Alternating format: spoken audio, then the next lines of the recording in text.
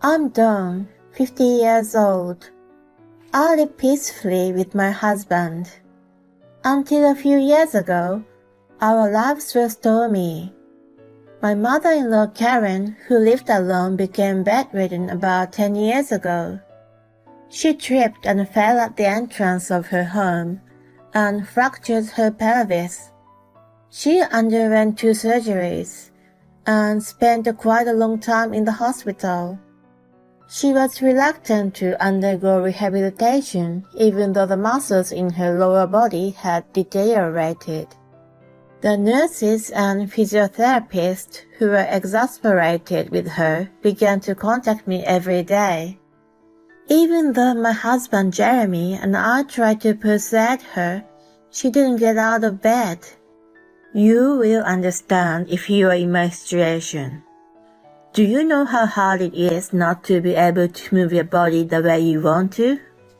Karen was pessimistic about her inability and often took it out on those around her. It was not unusual to hear her yelling from her hospital room. I knew that nothing I could say would help. I asked Jeremy to speak to her patiently, but he quickly gave up on her stubbornness. If she doesn't want to do it, then don't do it. Karen and he were equally stubborn, so it was hard to get them to come to terms.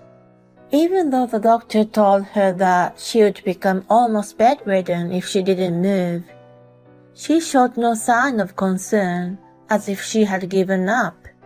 She even said that if that happened, she wanted to move in with us.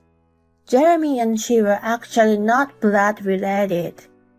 She was the second wife of his late father, and after he passed away, she lived with Jeremy. She was after her late husband's fortune when she married. However, things didn't go as well with him as she hoped for. I heard that she still held a grudge over the failed succession of inheritance. I married into such a family and lived separately from her. I wanted to avoid living with such a nervous and selfish mother-in-law, even if she needed nursing care. I patiently tried to convince her to go to rehabilitation, but nothing changed. When I made a final proposal to transfer her to a hospital with a rehabilitation ward, she finally agreed. It was an hour-and-a-half drive from our house.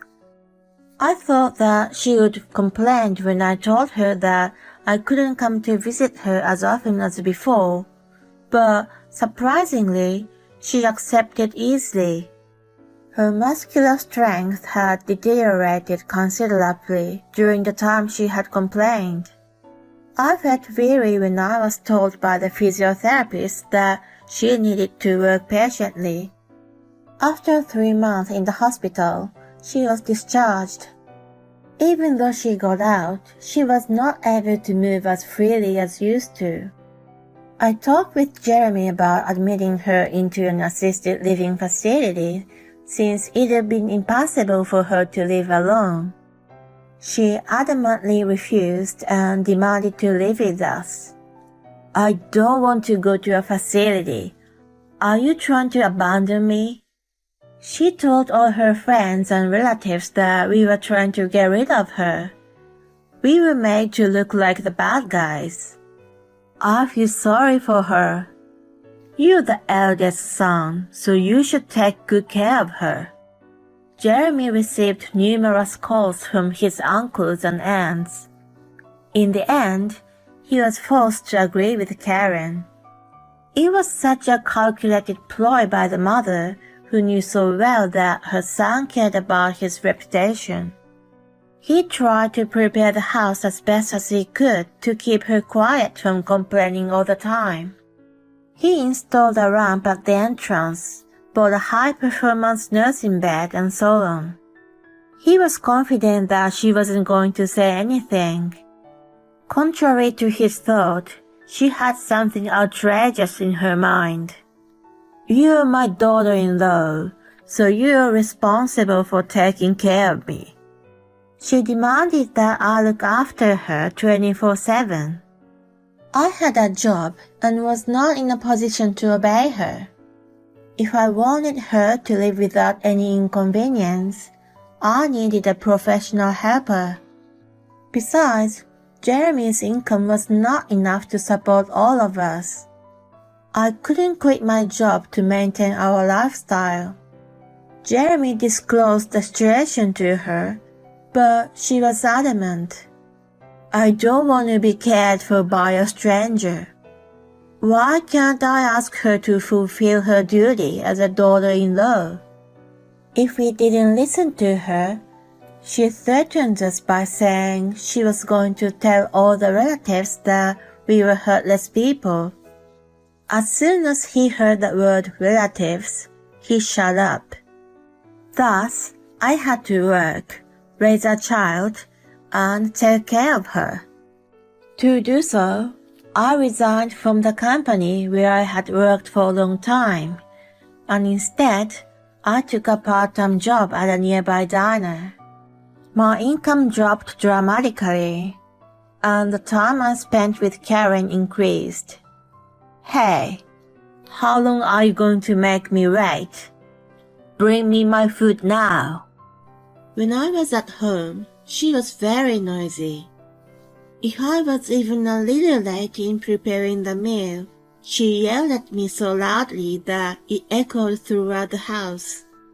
She was also very particular about how I served the food. Tea had to be scorching hot. There had to be a variety of food, including Italian, Mexican, and Asian dishes. A side of vegetables at every meal was a must. Meat and fish had to be domestic products.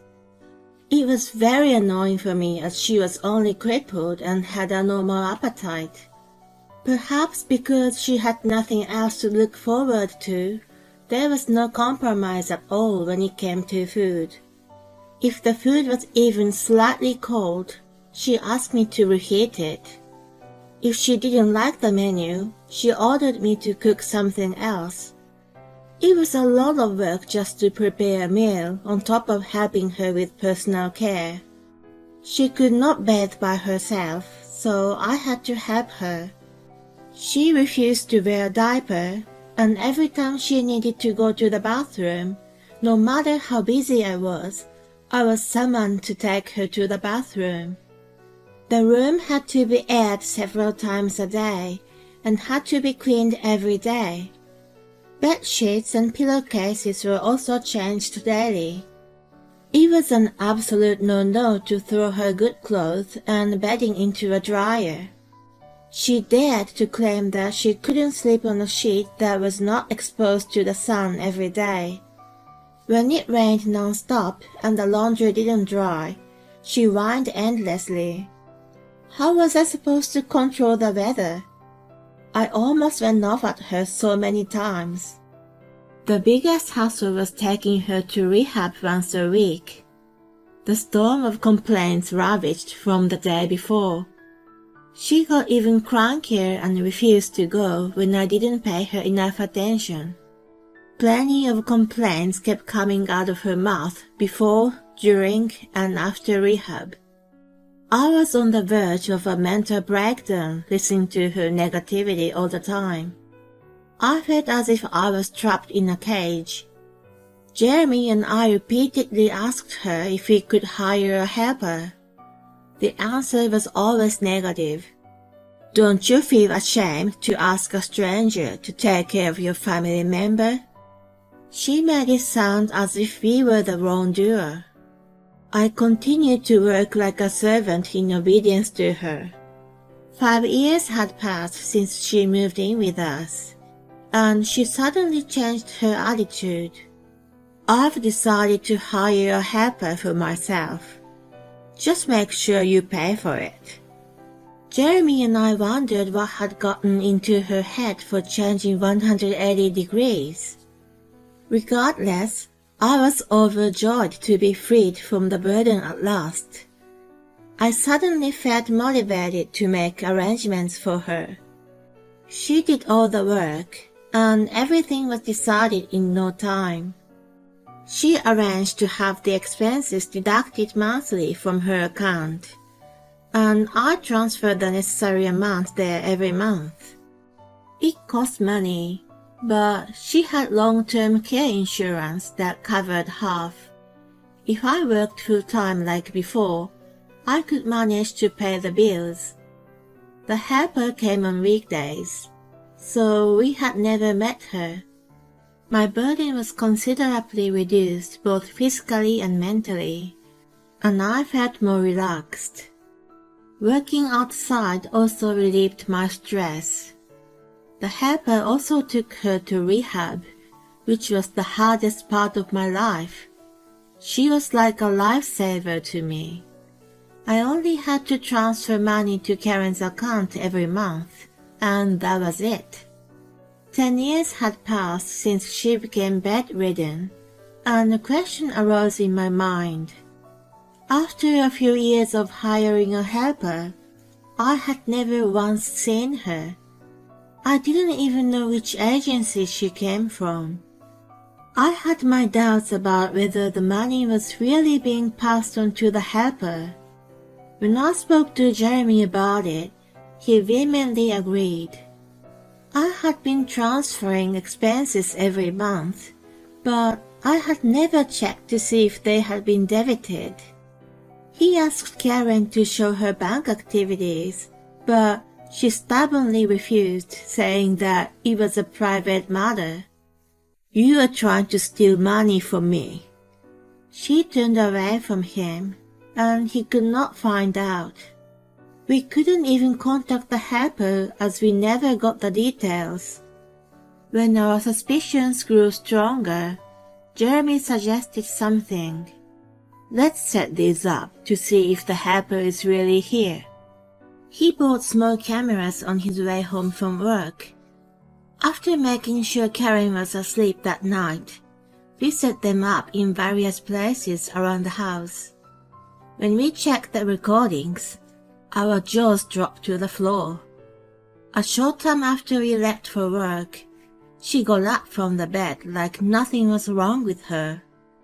After stretching and moving her neck and shoulders to relieve stiffness, she walked out of her room without a care in the world. When she returned a little later, she had an ice cream in her hand. We were speechless at the sight of her sitting on the bed and eating it. She walked around the house and took a shower by herself. After that, she changed her clothes and put on makeup, and then there was a sound of the front door opening. She must have gone out. When she returned 30 minutes later, she was carrying a bag in both hands. Inside were a large number of snacks. We were amused to see her hide them in the back of the closet so that we didn't find them. It seems that when we were not around during the day, she acted like a normal person, and when we came home, she instantly went into acting like a cripple. What the hell is going on? What is this? We murmured at the same time. Karen had completely healed. She had not been taking her rehabilitation seriously. I wondered how she managed to get better. Seeing her as a normal, healthy person, the anger I had been holding back until now welled up inside me. I couldn't remain silent for sure. I had to question her. Jeremy felt the same way. One evening, we came home on time and carried out the plan together. Karen watched the news every day on TV we bought for her. The news began to play loudly from her room as usual. We took advantage of that moment and operated the TV with the multifunctional remote control. She was surprised at the sudden change of the screen. The real show was about to begin. She was speechless at the image of herself walking leisurely through the house. The plan was to get her to talk by showing her all images captured by the cameras. She tried to turn off the TV with her remote control, but I quickly turned it back on with mine. We kept switching on and off for a while until she finally became impatient and glared at me. "You, give me that right now. Why don't you just come and get it yourself? You can walk, right?" I turned on the TV again and showed her the image. They were high-performance cameras that also recorded the sound of her cheerful humming perfectly. All of her daily activities were recorded on those. She stubbornly continued to turn it off, but when Jeremy snatched the remote from her hand, she was finally unable to resist. "If you don't want to watch it so badly, why don't you just walk over to the TV yourself and turn it off at the base?" His glare was harsh. She turned pale and tried to read our faces, and then she slowly stood up. She walked with a limp, but it was too deliberate after all that. As I stared at her coldly, she turned off the main power of the TV. The room became quiet. She seemed to be racking her brain trying to come up with some excuse. When she couldn't think of anything, she slowly sat down on the bed and began frantically apologizing. "I'm sorry. I am so sorry." It was the first time I had ever heard her apologize. After that, she mumbled some kind of excuse. When Jeremy demanded that she explain clearly at once, she nervously began to tell us how she got better. When she started rehabilitation, her legs were already strong enough to walk. She recovered incredibly well after a few sessions and was able to walk normally within a week. Once she recovered, she needed to go back to living alone. If she pretended to be crippled, she was able to live with us. She thought it would have been an easier life for her and decided to keep acting the part. She refused rehabilitation so that she could imprint herself as a quirky person, and reduced the number of trips to the hospital after she was discharged. I let out a deep sigh at how shallow and selfish she was. She told us that she just wanted to live an easy life. In the beginning, she enjoyed feeling superior by using me as a servant. When she began to feel annoyed with my earnest attempts to care for her, she lied about hiring a helper. She took money from us for her entertainment. Most of it was spent on social games such as lab simulations and music games. The amount I was transferring to her was not enough, and she was even taking it out from her pension. She told the doctor that she was able to walk again thanks to the training, and stopped rehabilitation a few days after she told us she wanted to hire a helper. We took care of all her living expenses, so she had no worries about spending her own money. She spent 10 years of her life using me as her servant without a care in the world. We could never forgive her. "Get out of here as soon as possible." I nodded in agreement. "You can walk and even take a shower by yourself. You can even go shopping alone. You don't need nursing care at all. You don't need to live with us." Karen looked up and instantly burst into tears. "Please let me stay here." Her house had already been torn down and the land sold. She couldn't live alone anymore. She went on and on with selfish excuses. Her shallow scheme of living a financially and physically easy life was so obvious, and yet she kept pleading to rely on us. Our determination was unshakable. "Move out in a week." Jeremy left the room with that. I was about to follow him when she hastily grabbed my arm.